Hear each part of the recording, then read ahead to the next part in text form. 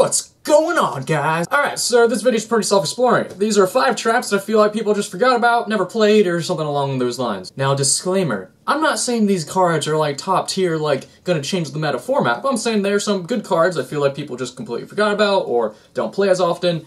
And yeah, and hey, I'm not saying everybody forgot, so if you're that one person that's like, oh, I did play, you're right.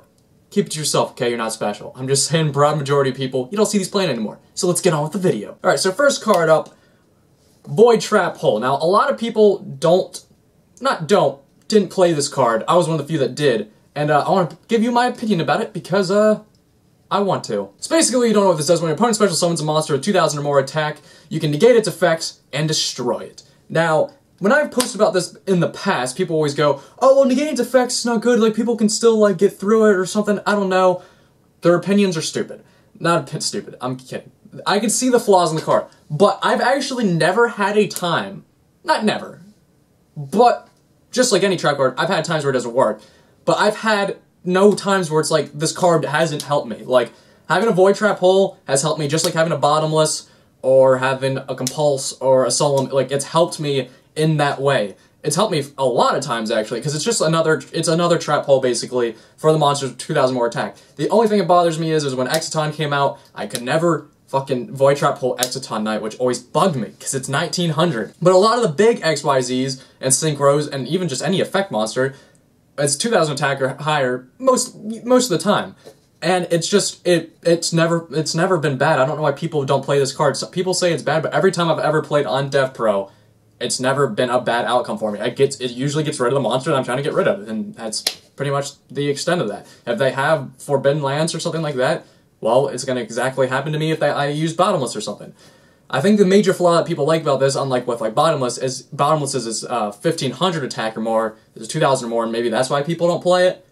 But like I said, a lot of big monsters that you worry about have 2,000 more attack, and it's always worked out for me. So if you want to test it out, if you're needing more destruction or something, Void Trap Hole's a good choice that people forget about. Now this one you haven't seen play a lot, pretty much ever. It's not really good against some of the decks right now. It could work against Burning Abyss pretty well if you sided it, but it's a pretty good card, and that card is Chain Disappearance. So what this card does is, when a monster with 1,000 attack or less is summoned, doesn't matter, special summon, normal summon, flip summon, doesn't matter, you can banish that monster and have your opponent banish all the copies of that card from their deck. Now this card's good, but it's not game-changing, you know, because not all meta decks, or even all decks for that matter, use monsters with 1,000 attack or less. But there are decks that do, so if you know there's some big ones right now, I'm not even saying this format, maybe in the format in the future we'll have a meta deck that has really low attack points. This is a card you should remember because it's very helpful. For my deck personally, siding that in against Raccoons would destroy me out the wazoo. I bet there's some people in the tournament that have seen my video and might be siding that in. I fucking hope not, but but if they do, good job on them. It's a very good card. It's underrated.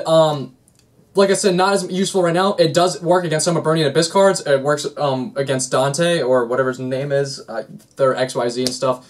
I don't even know if they play it that much, but you know what I mean. It has some cards in Burning Abyss that you could banish all the copies of. Still not that live, but hey, if you want to sign in and try it, there you go. Still a really great card. Now here's one that tons of people forgot about. It was like really live for a while. Everybody's talking about it about a year or so ago, and then you just don't see it anymore. Now that card is Divine Wrath. If you don't know what it does, when your opponent activates an effect, you can flip this up, discard a card, and negate the effect and destroy it. And it's also a counter trap, so there you go. Minusing isn't good in the game, and usually discarding's a minus, okay? It's not great, but there are decks that can take minusing to their advantage. A lot of decks don't care if there's something in the graveyard anymore. I mean, a lot of decks. If you throw something in the graveyard, it'll probably help you later. It's not a big deal. Discarding's just not a big deal. So, if you can negate a monster's effect and destroy it, Divine Wrath is crazy. Most people usually play 2 copies of this card, no more than that. But even if you want to play 3, like, it's just a good card, and pretty much any monster you ever have to worry about has an effect. Pretty much. I mean, unless you're going against some normal deck beatdown, which does exist, this card's pretty useful, and people haven't played it in forever, it seems like. I mean, like I said, there's probably decks out there that have, but you don't see it in majority of decks often anyhow. Now for another one that is my personal favorite. Malevolent Catastrophe. So, if you don't know what this card does, when your opponent declares an attack, you can activate this trap, destroys all spells and traps on the field. Heavy Storm for the win, basically.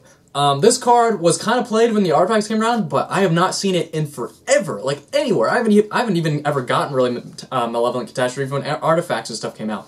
This card is great, especially with everybody packing on back row like it's like the thing to do right now. And it is. Like, I mean, there are some people that took out some deck. I'm seeing decks playing upwards of like 15 traps, which is crazy. So Malevolent Catastrophe, you can tell those traps to fuck right off. I personally haven't used it that much, but I have been testing it just in the past couple days, and I was like, wow. And people were getting pissed because they'll set a whole back row and attack me, and they think I have like a defense, so they attack with a weak monster because they think, oh, maybe it's Soul or Bottomless. And no, it's just Malevolent Catastrophe, and all their traps are gone. So yeah, Malevolent Catastrophe, great card. Heavy Storm is better, but still a really good card. Now here's a card that has some Asianized influence, because he used to talk about those back in the day when Monster Reborn got banned. Call the Haunted. Nobody plays Call the Haunted. When Monster Reborn was there, everybody played Monster Reborn. Now, like I said, Call the Haunted is a great card. It is slow, so I mean, yeah, I can see why people don't play it. But it's still like a Monster Reborn. If you set it, yeah, it can be popped. So it's not as good as Monster Reborn, but sometimes bringing back some of those big monsters you have, no matter how you do it, is pretty good. And a lot of decks have their own form of Monster Reborn, like Battle Boxers have Spirits, Raccoons have Ayers Rock, and other decks have their own other things that can bring back monsters. But the Call of the Haunted can bring back any generic monster. It's just great card, you know, and you can XYZ up if you need to. It can defend you for a turn. It's a great card that you don't see played that often, and I feel like some people should start playing it at least one, especially since we're playing so many traps anymore. What's wrong with the Call of the Haunted? That could probably help you out and bring back something that will just fuck up your opponent.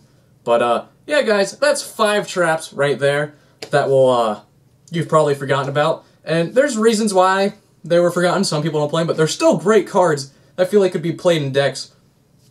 Any deck, really. A lot of these cards aren't deck-specific, except Change's Appearance, more or less, is more deck-specific. But it's still all good cards. Try them out. Let me know your thoughts down below. And, yeah, I'll see you later, guys. Peace!